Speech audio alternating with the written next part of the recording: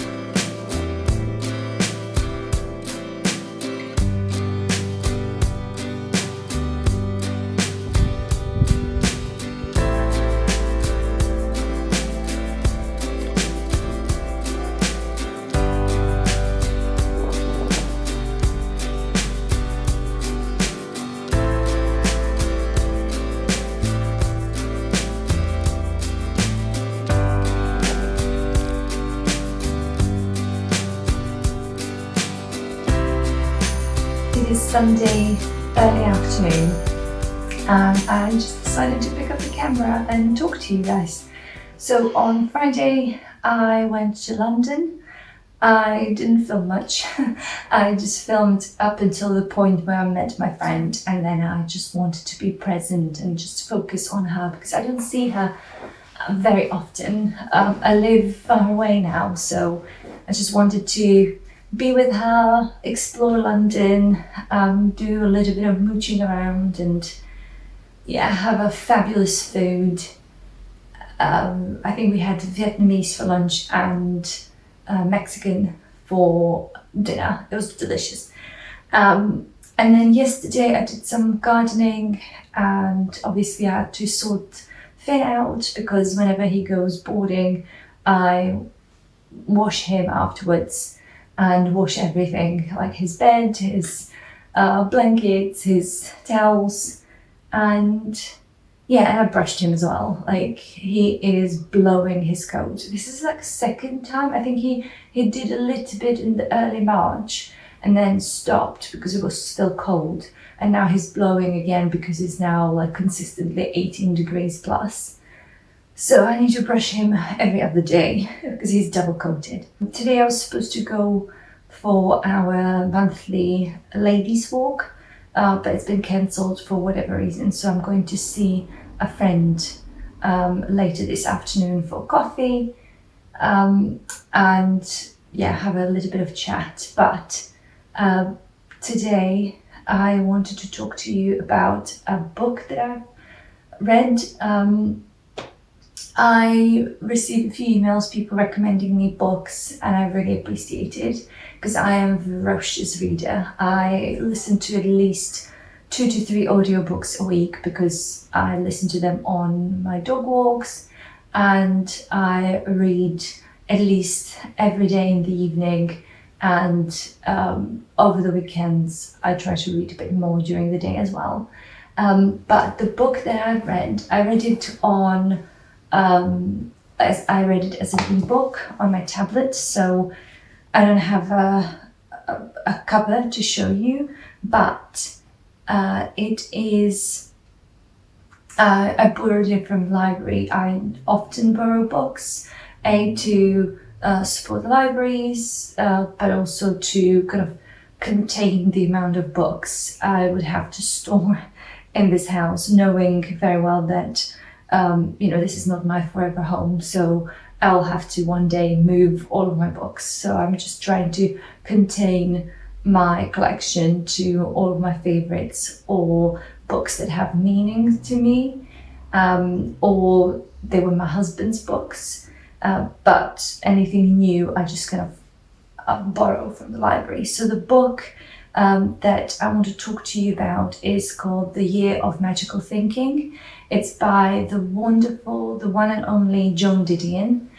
She was an American writer, journalist, essayist, columnist, overall wonderful human being. One of the most iconic American writers of the recent history. And she had been through it with her life, at least in the later stages of her life.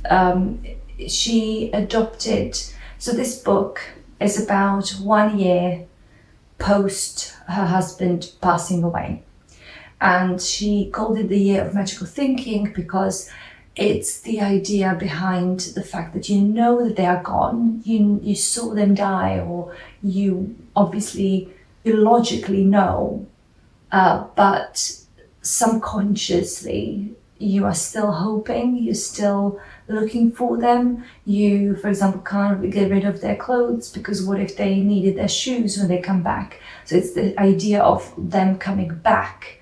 But the book is all about that year, and unfortunately in that year, it's year 2003, literally I want to say a day or two after Christmas, Joan's only daughter fell ill, seriously ill, and was put into coma and was fighting for her life.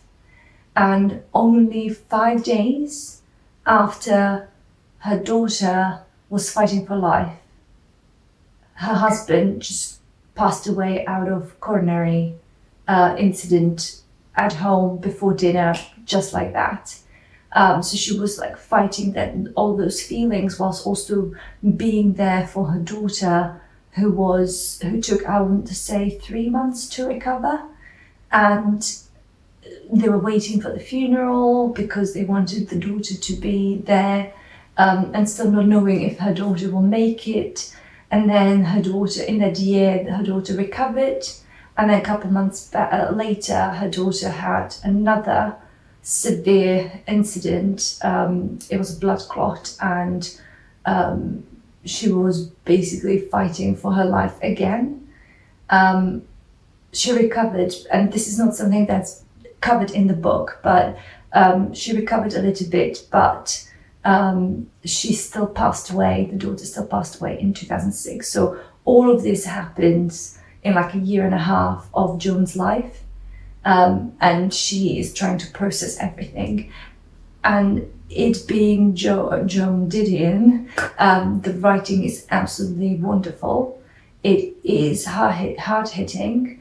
If you've been through it, you feel like you just want to give her a high five and tell her that you know exactly what she is talking about.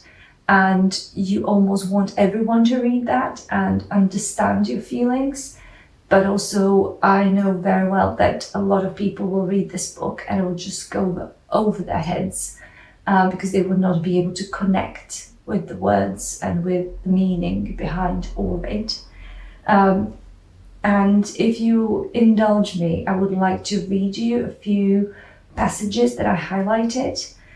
If you're not interested, you can always skip this part of the video. But if you want to hear very few profound words, just stay for a couple of minutes. So the book opens with a section. Joan wrote that section, she wrote a couple of days after everything happened. And it was like the first bit of writing where she acknowledged her husband passing. And it says, "Life changes fast, life changes in the instant. You sit down to dinner and life as you know it ends.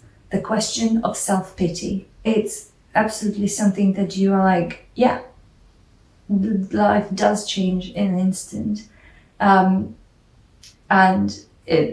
Further down she says, "This is my attempt to make sense of the period that followed, weeks and then months that cut loose any fixed idea I had ever had about death, about illness, about probability and luck, about good fortune and bad, about marriage and children and memory, about grief, about the ways in which people do and do not deal with the fact that life ends, about the shallowness of sanity, about life itself."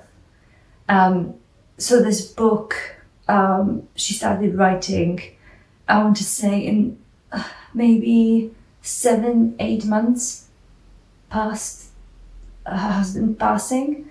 So she says that she did need some time to process everything, and not to start writing like the raw ideas.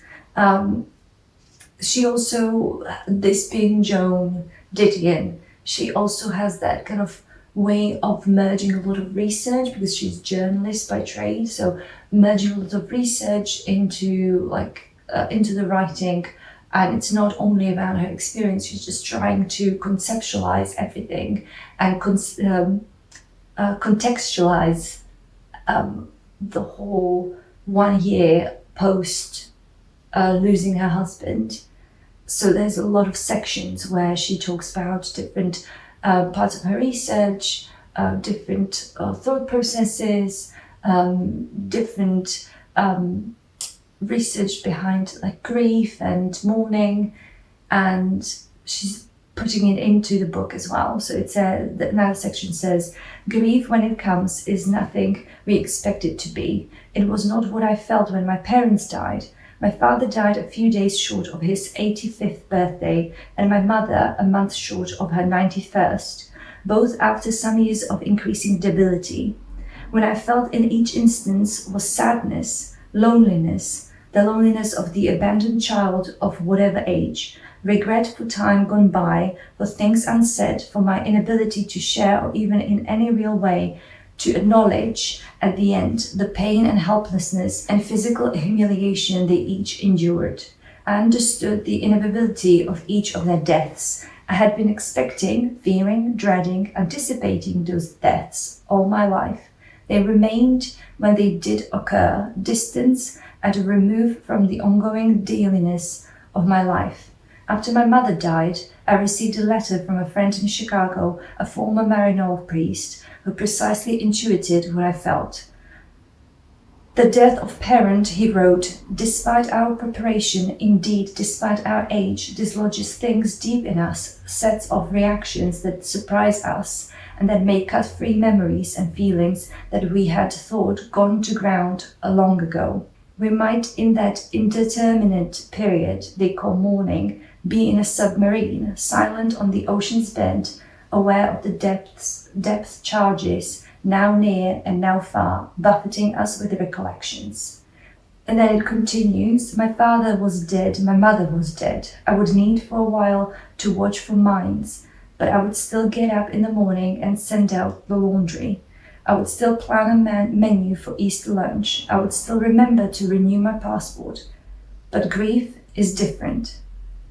Grief has no distance. Grief comes in waves, paroxysms, sudden apprehensions that weaken the knees and blind the eyes and obliterate the dailiness of life. Virtually everyone who has ever experienced grief mentions this phenomenon of waves. Eric Lindemann, who was chief of psychiatry at Massachusetts General Hospital in the 1940s and interviewed many family members of those killed in the 1942 Coconut Grove fire, defined the phenomenon with absolute specificity in a famous 1944 study.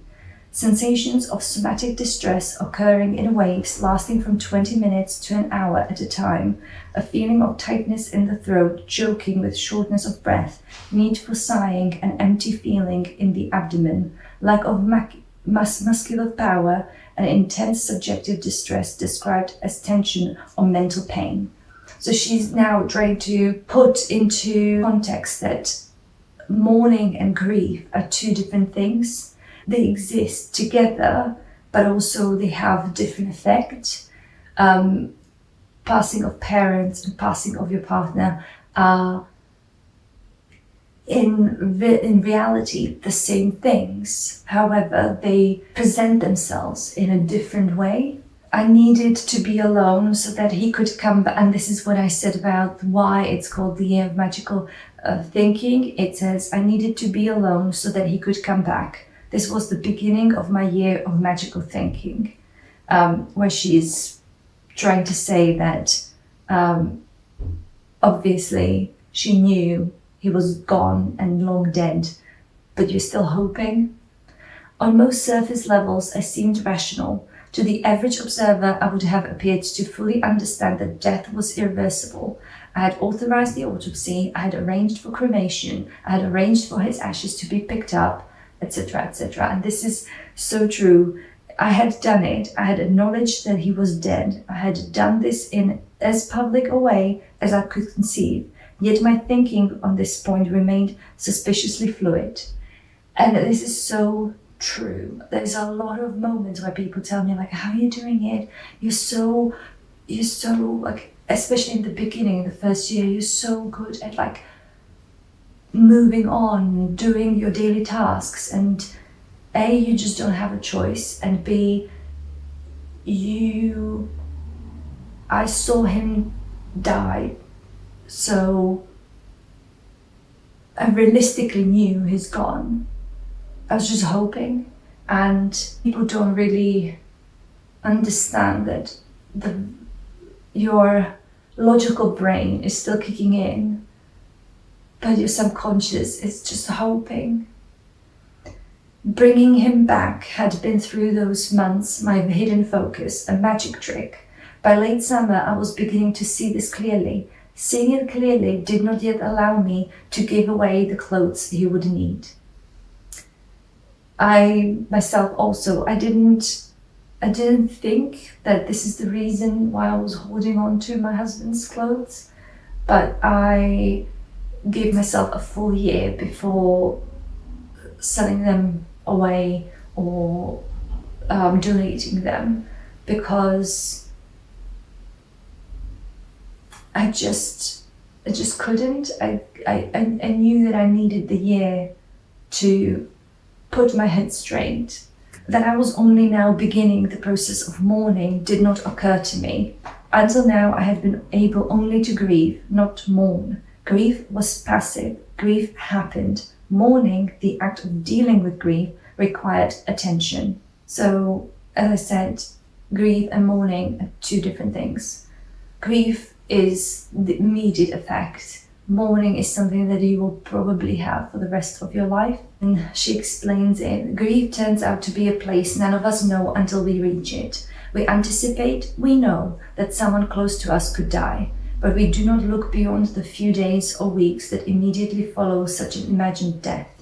We misconstrue the nature of even those few days or weeks. We might expect, if the death is sudden, to feel shock. We do not expect this shock to be obliterative, dislocating to both body and mind. We might expect that we will be prostrate, inconsolable, crazy with loss. We do not expect to be literally crazy, cool customers who believe that their husband is about to return and need his shoes. In the version of grief we imagine, the model will be healing. A certain forward movement will prevail. The worst days will be in the earliest days. We imagine that the moment to most severely test us will be the funeral, after which this hypothetical healing will take place.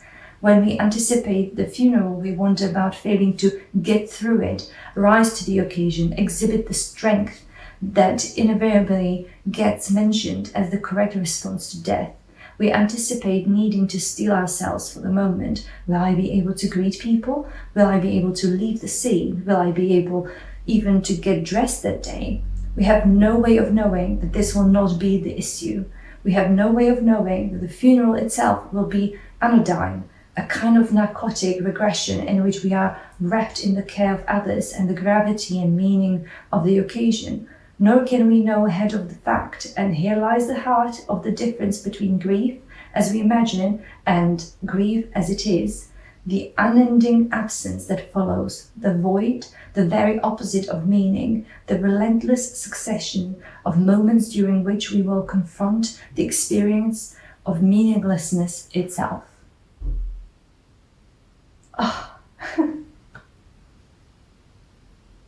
This is so well said. I could sign this. I could sign my name under all of this, because this is why I love Joan Didion. It really hits hard and it really opens you up to, like, it puts into words all of those things that you feel and you want others to know, but you don't have, obviously, the talent of Joan Didion to convey all of this in a more succinct and profound way. In fact, the grieving have urgent reasons, even an urgent need to feel sorry for themselves. Husbands walk out, wives walk out, divorces happen, but these husbands and wives leave behind them webs of intact associations, however acrimonious. Only the survivors of death are truly left alone. The connections that made up their life, both the deep connections and the apparently, until they are broken, insignificant connections, have all vanished. So true. And this is already getting to the end of the book. I hope it's interesting to hear. I hope you're not bored. I realize as I write this that I do not want to finish this account. Nor did I want to finish the year. The craziness is receding, but no clarity is taking its place. I look for resolution and find none. I did not want to finish the year because I know that as the days pass, as January becomes February and February becomes summer, certain things will happen. My image of John at the instant of his death will become less immediate, less raw. It will become something that happened in another year. My sense of John himself, John alive, will become more remote, even mudgy, softened, transmuted into whatever best serves my life without him. In fact, this is already beginning to happen. all year I have been keeping time by last year's calendar. What were we doing on this day last year? I realized today for the first time that my memory of this day a year ago is a memory that does not involve John. This day a year ago was December 31st, 2003. John did not see this day a year ago. John was dead. I know why we try to keep the dead alive. We try to keep them alive in order to keep them with us. I also know that if we are to live ourselves, there comes a point at which we must relinquish the dead. Let them go, keep them dead. Let them become the photograph on the table. Let them become the name on the trust accounts. Let go of them in the water. And this is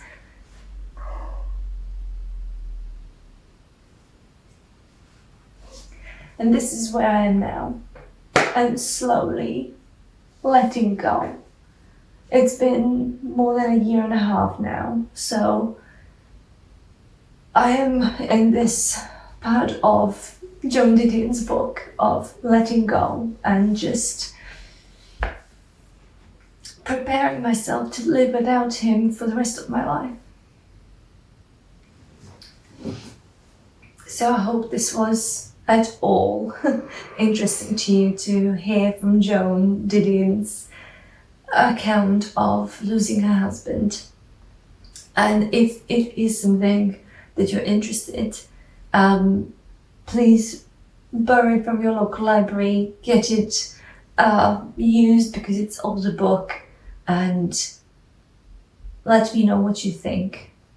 And on the topic of reading, if you want me to speak about books that I find interesting, that I've read recently and are actually, 5-star reads, I would not be talking about the duds and the kind of mediocre books, but anything that is quite interesting and I feel like other people should know about, let me know. I can always do like an extra, maybe shorter video that is not my normal video and edit, just post it once in a while of books that I think you would like, or I would like you to like.